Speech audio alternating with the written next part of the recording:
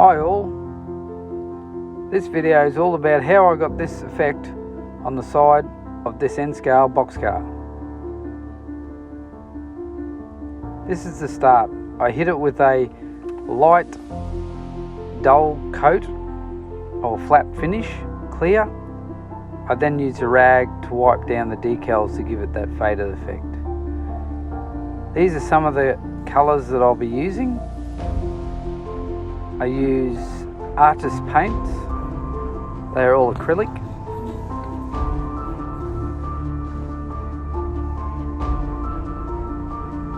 In different shades. This one here is a red earth, but it's actually very orange. I also use items from the AK range, from pigments to washes.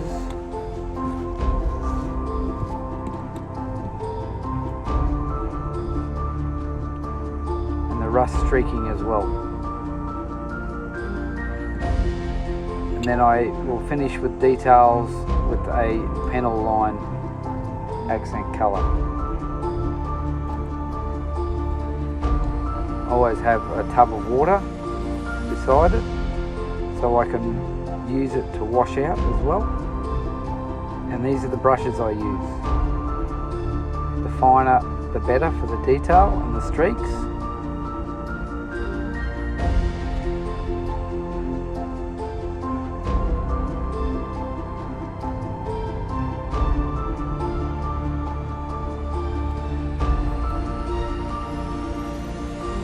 Getting two little dabs of your artist paints, I can now start by grabbing the boxcar and using the darker colour and just putting little rust marks.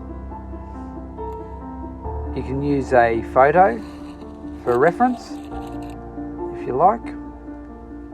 I'm not, mainly because this car is really just a weathered car. It's not a prototype of any car, so I'm just using the darker colour to highlight rust marks around where the sliding door actually opens,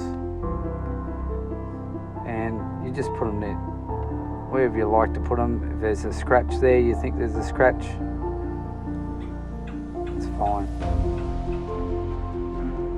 And where there's hinges, wherever you think the rust would probably be. It doesn't have to be too precise. It's totally up to you where you want to use it. If you've got a photo right next door to you, you can just keep looking at that and getting ideas. It doesn't even have to be the same boxcar. As long as it's the same model, you can sort of get an idea where the rust pieces go.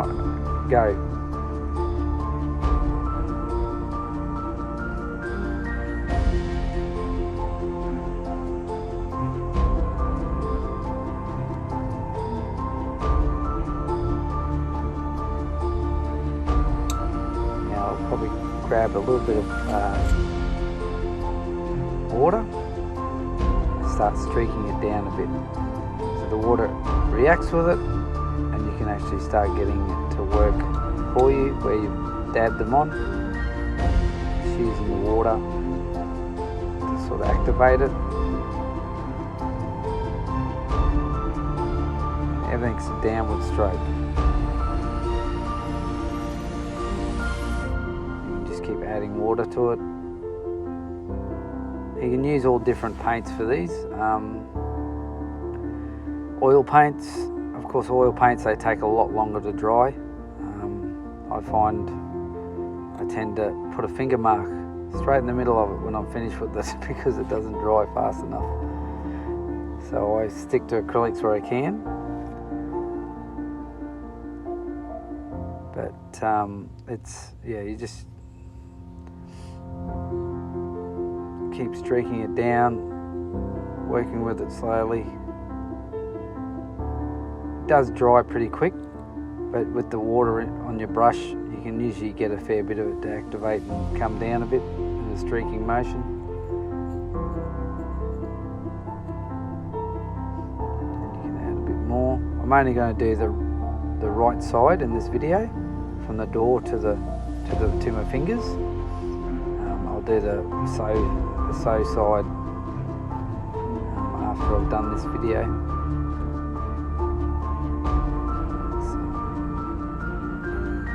A lot of rust will accumulate down the bottom and the sills.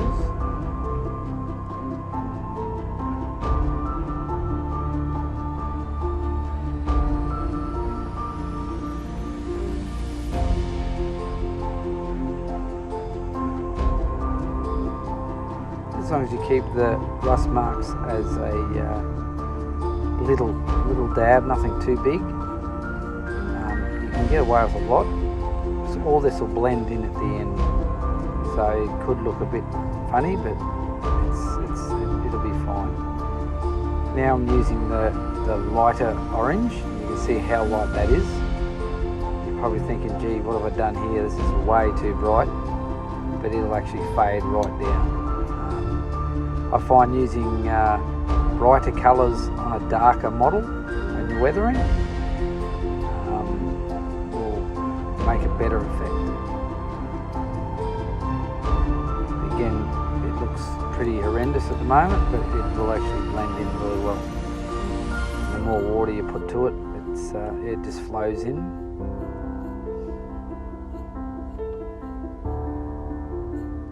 And you just start streaking it all down.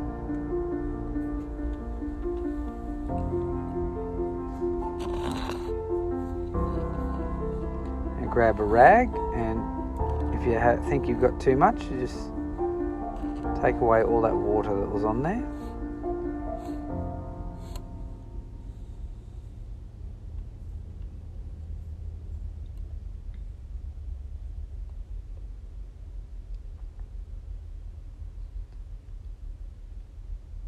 And you go back over it again.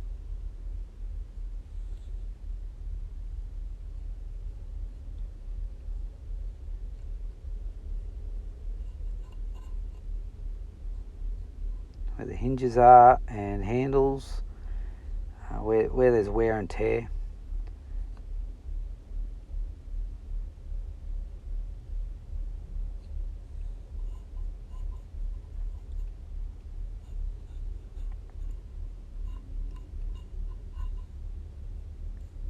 Again, I'm using some more water. Now a bit more orange paint just to get it into the grooves.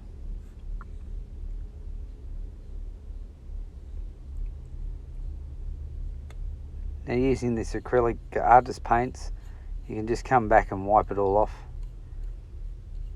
if you think that you haven't done well, but you'll be amazed how it comes out at the end, even though like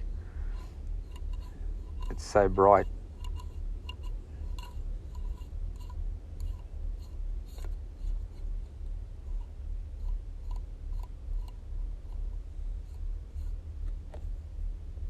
You remember this is N scale as well, so you don't need all those little streaks and that. It's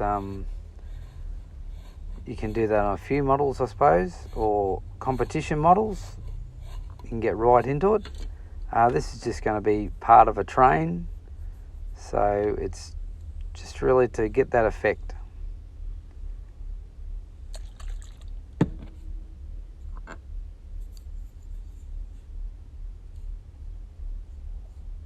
In the bigger scales, yes, you'd probably concentrate more on the rust chips and the rust streaks.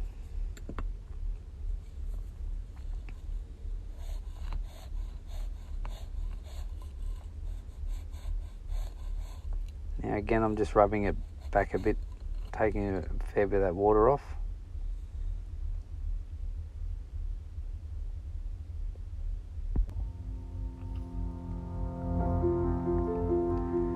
Now I'm going to use the rust streaks. Now this is enamel, an enamel wash. I tend to use enamel and acrylic together. I'm not really frightened of it. If it reacts, it sometimes reacts to your benefit, and it might leave a bit of a crustiness to it, like a rust. And I just doesn't really worry me how I blend them all in. They all seem to work together for me. Because weathering is all about just the blending and the different effects you can get, just trying different things.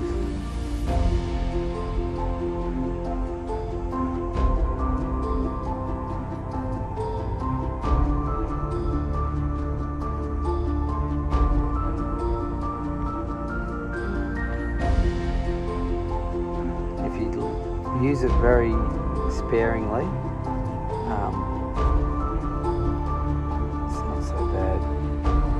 and it is a wash, so you don't really need any, we use thinners over here to thin it out to get it to flow.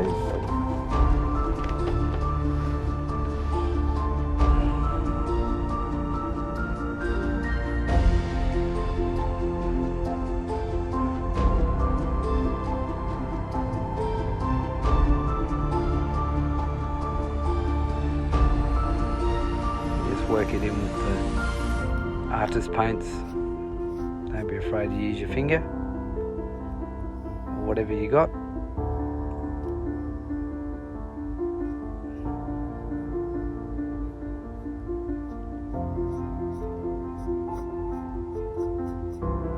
Just keep working those streaks down.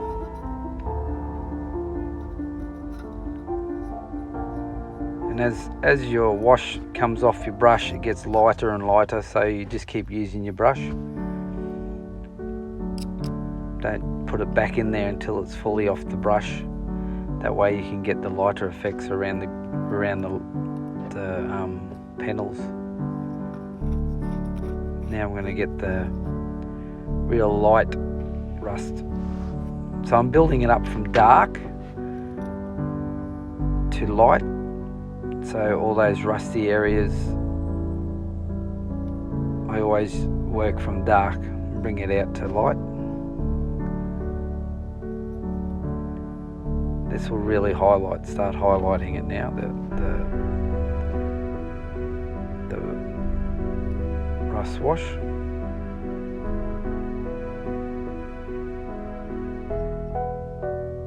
Again, you go over to where all your chips are. Just put a little dab in the middle, because that's the freshest area of the scratch or the dent, and then just work it down. As you can see from that L, you go dark and then lighter. So this is the lightest rust colour I'll use on this.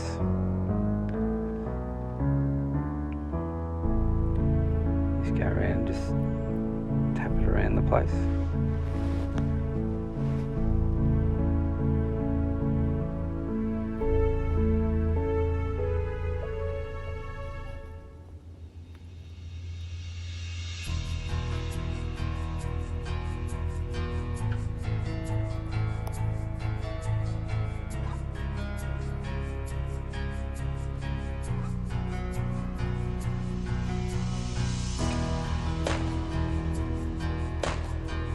If you don't want such a rusty boxcar, you can pretty much nearly skip it all.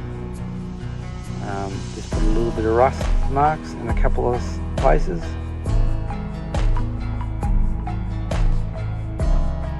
That'll probably pretty much do your boxcar.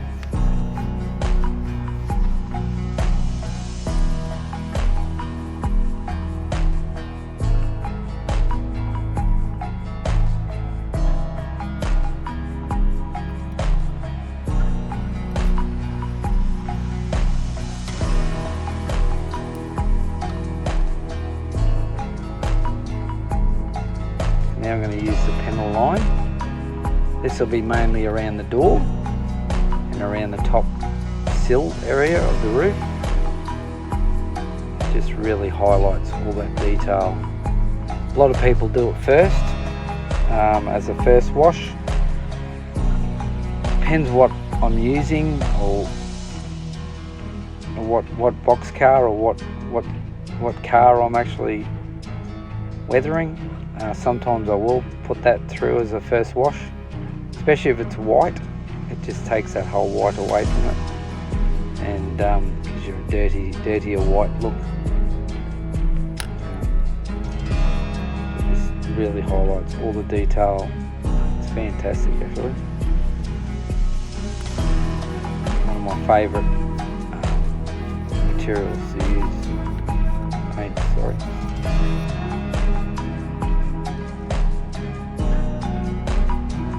And you pretty much just wipe it so it stays in all the cracks.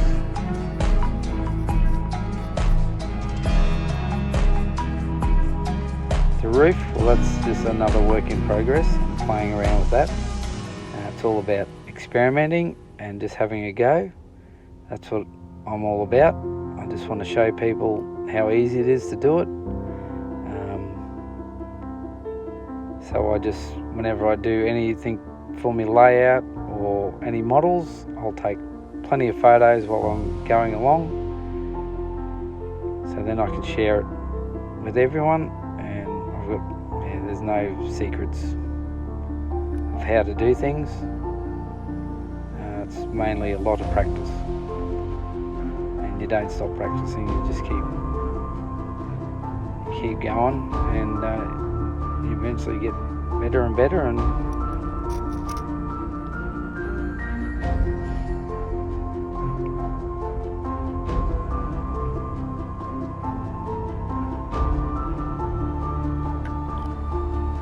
just highlighting some of the ribs.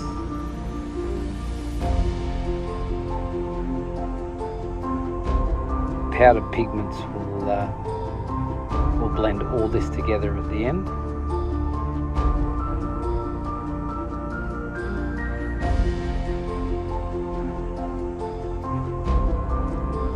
And this also doubles as a like where there's a crusty dirt effect on the bottom of the doors. It'll blend in with that paint, and it just makes it look like a dirty bit of a paint area. Here it's sort of reacted a bit with the bit of the orange by the looks of it. That's fine, not too worried about that. Again, as I was saying before, it looks a bit more crusty than it was before.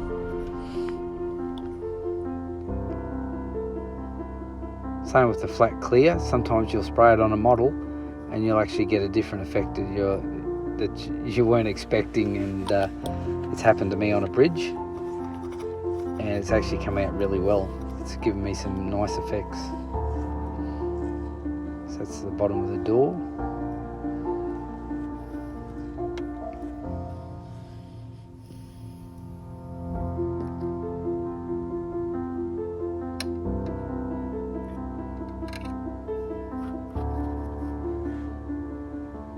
Now I'm going to use the dark rust pigments.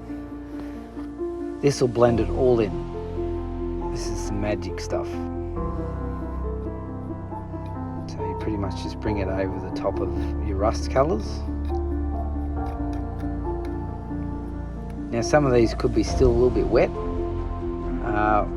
As long as they're not really wet, you'll be fine, because otherwise they'll actually turn the pigment to a paint. You just go over all your little rust marks, and get the streaking to go down again using the pigments.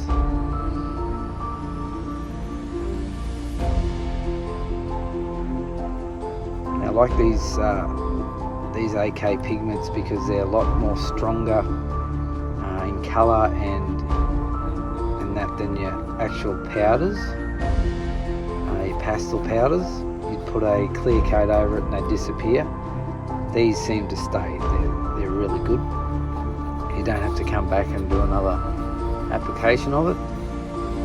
So this is just highlighting again with the powders, with the pigment, sorry, on the bottom of the door, where the door slides across.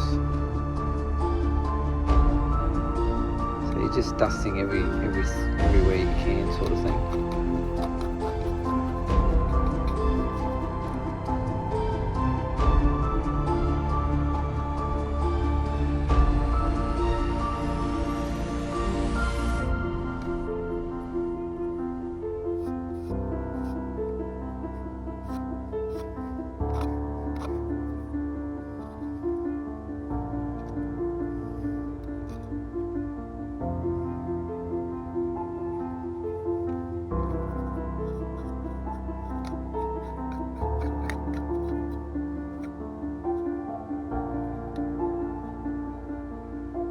So you're just moving the powders around.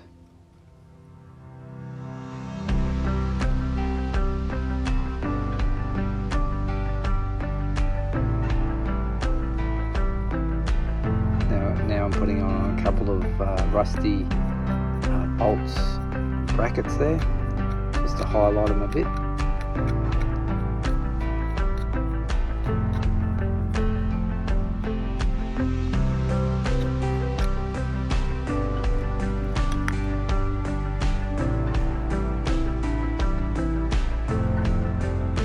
Now I've done the other side as well, just to show you the end, and I've given it a flat clear, and this is the end result.